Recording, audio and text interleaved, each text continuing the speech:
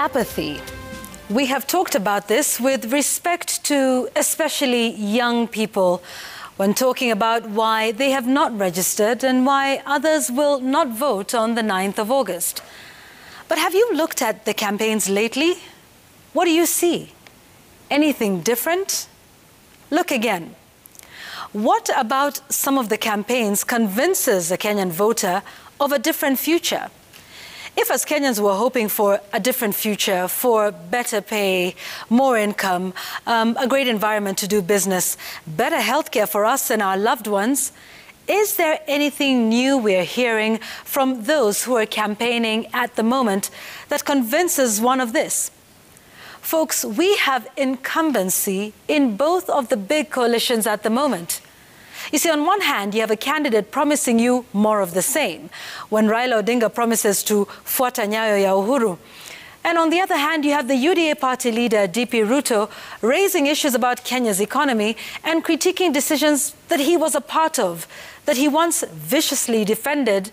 That is until his relationship with his boss turned sour. So why would one expect anything different? Who would take the country in a markedly different direction from where we are today? In addition, we've seen our national politics dominated by many of the same faces for decades. They simply put on a different team jersey when the transfer window opens, and they shift teams depending on the season. In fact, we've even seen others resurrect old political careers. Further, we've seen yet others complain rather loudly about boardroom deals amongst themselves that Kenyans were neither privy to nor assented to. And now we're expected to help them uphold private deals that have got nothing to do with any of us? It's been a game of musical chairs, complete with handshakes for every season. From Raila and Moi to Uhuru and Ruto, and then now Uhuru and Raila. Is it no wonder then that we might have voter apathy?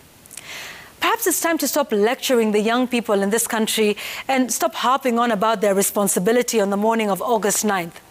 In fact, I came across a Twitter thread by a lady calling herself Miss Mums.